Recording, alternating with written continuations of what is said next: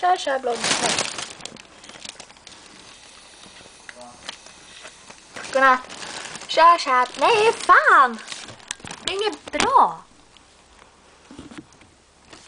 Nej, nu så jävlar. Hej, bloggen. Jag har varit på Liseberg.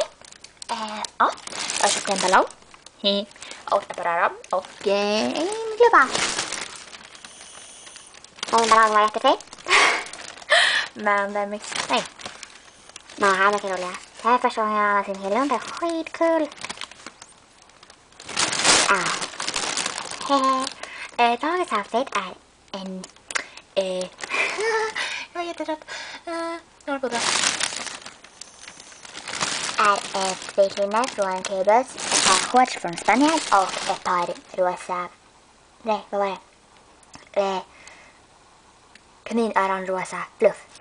Lite fluff. Jag